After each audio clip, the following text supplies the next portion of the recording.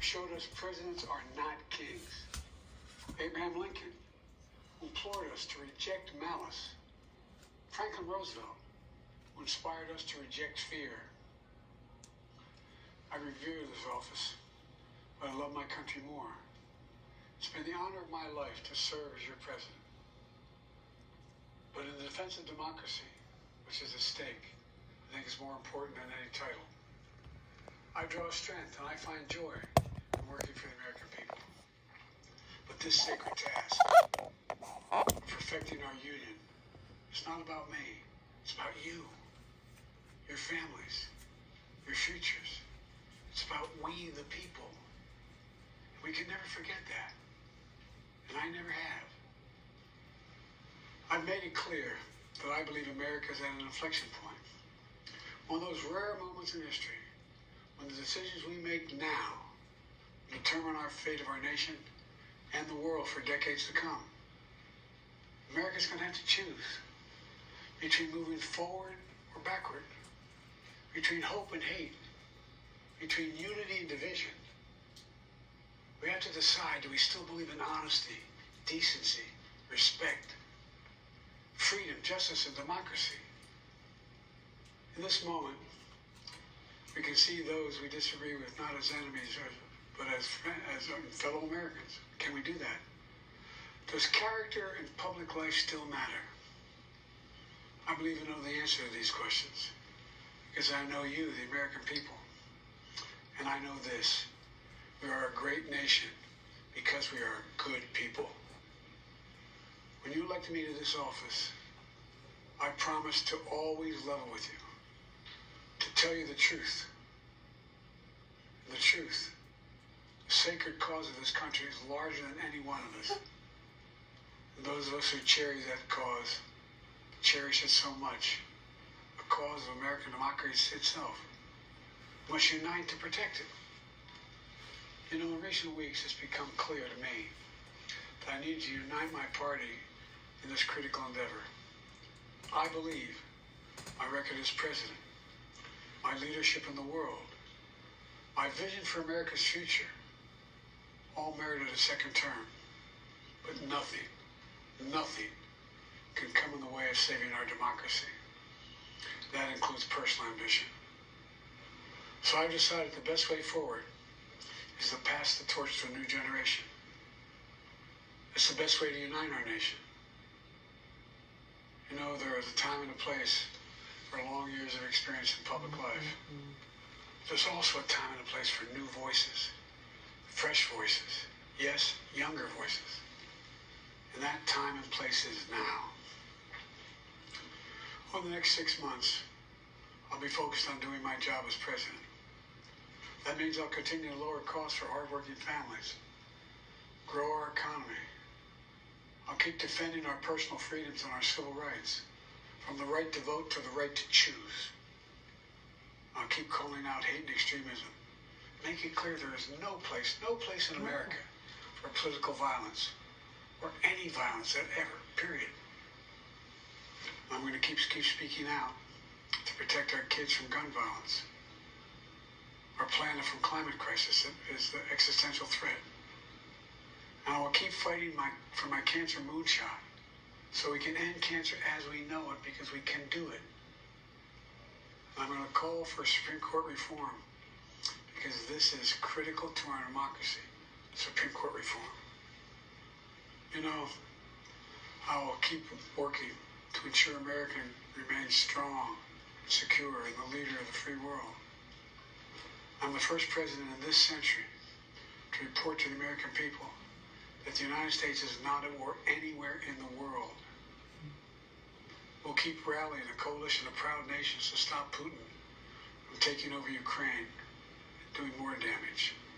We'll keep NATO stronger, and I'll make it more powerful and more united than any time in all of our history. I'll keep doing the same for our allies in the Pacific. You know, when I came to office, the conventional wisdom was that China would inevitably surpass the United States. That's not the case anymore. And I'm going to keep working to end the war in Gaza, bring home all the hostages, and bring peace and security to the Middle East and end this war. We're also working around the clock to bring home Americans being unjustly detained all around the world. You know, we've come so far since my inauguration.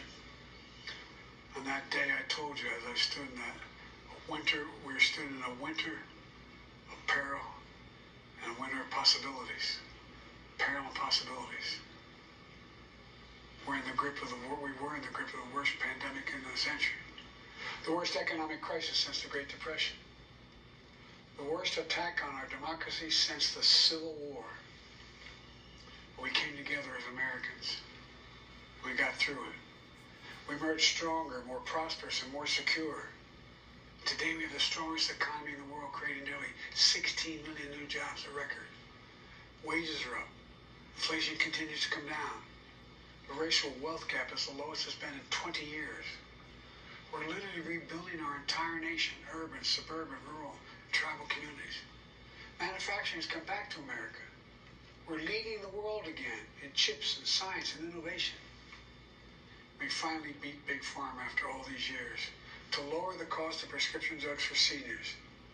And I'm going to keep fighting to make sure we lower the cost for everyone, not just seniors. More people have health care today in America than ever before. And I signed one of the most significant laws helping millions of veterans and their families who are exposed to toxic materials. You know, most significant climate law ever in the history of the world. The first major gun safety law in 30 years. And today, the violent crime rate is at a 50-year low. We're also securing our border. Border crossings are lower today than when the previous administration left office. I've kept my commitment to appoint the first black woman to the Supreme Court of the United States of America. I also kept my commitment to have an administration that looks like America and be a president for all Americans. That's what I've done. I ran for president 4 years ago because I believed and still do that the soul of America was at stake. The very nature of who we are was at stake. And that's still the case. America's an idea. An idea stronger than any army, bigger than any ocean, more powerful than any dictator or tyrant. It's the most powerful idea in the history of the world. That idea is that we hold these truths to be self-evident. We're all created equal. Endowed by our Creator with certain inalienable rights.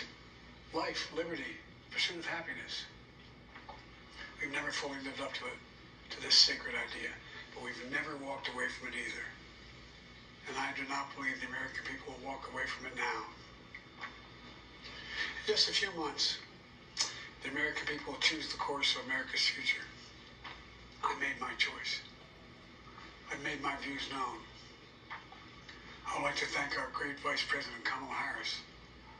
She's experienced, she's tough, she's capable.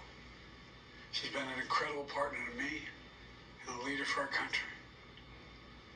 Now the choice is up to you, the American people.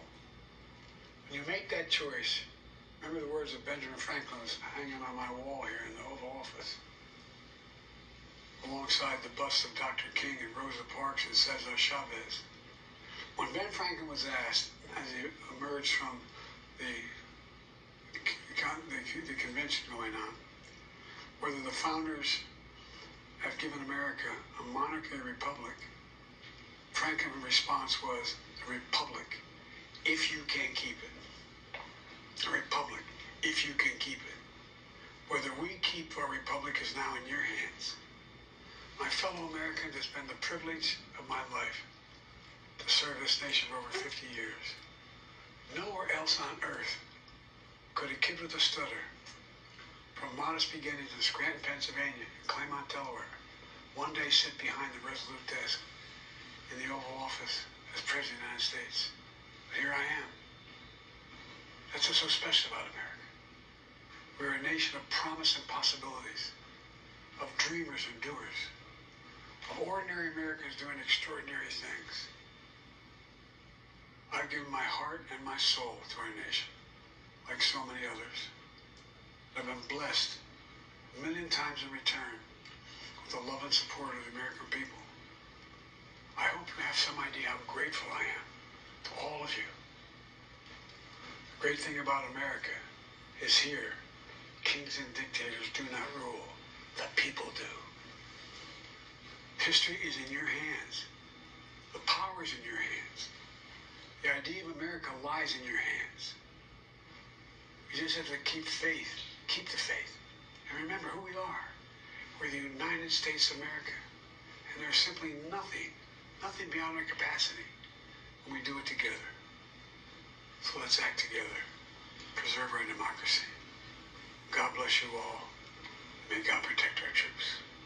Thank you. President Biden in the Oval Office looking well after